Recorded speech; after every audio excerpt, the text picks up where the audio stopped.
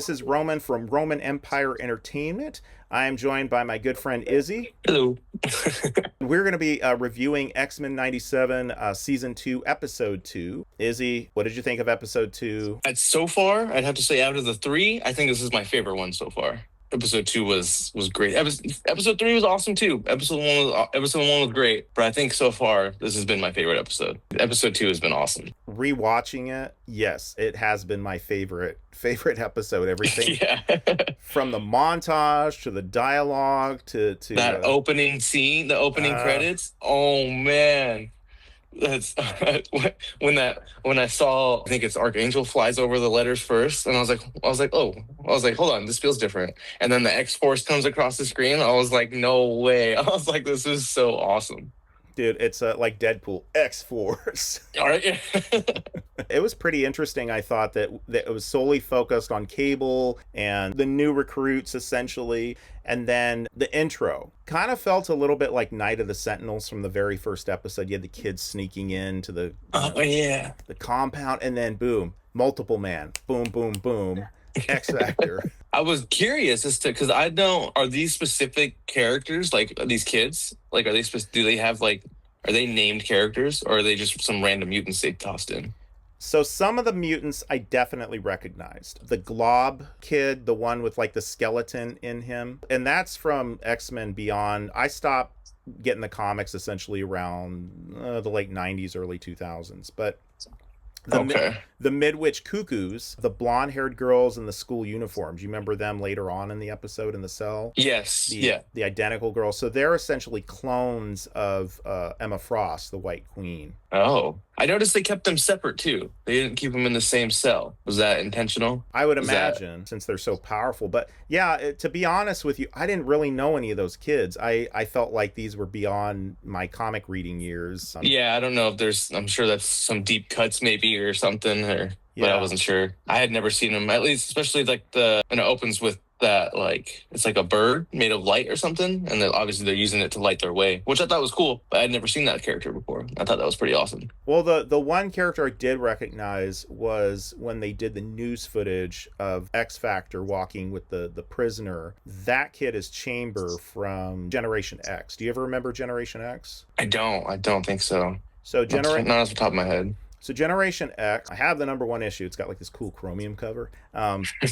It was a team that was led by Banshee, White Queen. It had Jubilee in it. It had a bunch of these really weird looking mutants on the team. I would highly suggest, checking it out. And then, of course, trying to capitalize on the whole, Generation X, trying to make it cool and trendy and whatever. Right. Hey, any team with Jubilee in it, I'll definitely check out. Jubilee is awesome. She really is, and she gets knocked for her powers so much. Like, oh, they're just fireworks, but man, she really proves Look how she uses them. It's cool. Yeah. What did you think about that little montage that they gave her? Oh, well, that like breakout scene. Oh, that was awesome. And long overdue, if I had to say so, because you got to show her some love. You got to show what she can do and she's capable. And I got a little bit of because if you remember back in season 1 when she's in the Mojo episode, right, when she's in the video game and she learns a little bit of how to use the powers differently from her older self, I guess, the video game version. I wasn't too clear on what exactly that was, but I was like waiting for her to kind of use a little bit, and it looked like she did. They kind of brought in some of those moves that she had adapted from that fight and used them in this montage, which I thought was pretty cool. A cool little like mini callback, obviously. If you got to be kind of looking for it. That's like, I guess I was, but it was cool. Seeing her just obliterate all those guards. She just walked right through them. She had the music going, the classic 90s music. No, it was great. And then the final just trusted jump off of that ship where she just knew Sunspot was going to catch her. Mm-hmm. I was just like, cherry on top. It was good because of course he's going to catch her. Why would he let her, like that's his girl. It was awesome. That whole scene was just great. And I thought it was just perfect. Big part of the reason why it's probably my favorite episode of this so far. That scene carried that whole episode for sure. Well, it really does. And it gives you that feeling of, Disney having that right to be able to play licensed music. They did it in season 1 with, I was going to say ABBA, but not ABBA. It was Ace of Base, living in a, what is it? That song they played in the resort scene on, Oh, what is that song called? Great song though. Yeah. Great scenes. And they're doing well. Yeah, they do a really good job with the music too. I love it. And they make it known and feel like the 90s, which I think is awesome. They really do. They have a Hmm. real everything from the arcade, them in the playing like when they existed. Yeah, right. But and then also, I think the thing that I've always liked about X-Men is the fact that they have these relationships, like this lone wolf and cub, and it's usually Wolverine. He's either with Kitty Pryde or with Jubilee. But Cable and Jubilee, I just love their interaction and their rapport with each other. They're so different too, where he's such a hardened soldier. And he even tells her too when they go get her, he's like, once you're in, and this is it. He's like, there's no going back. He's like, we're not X-Men here. We're soldiers in this. Like, this is different, And he paints the picture. It's pretty black and white, for them. He's like, we got it. There's stuff to do, and we got to get it done. And if not, we're all gonna die. He's like, it's pretty clear.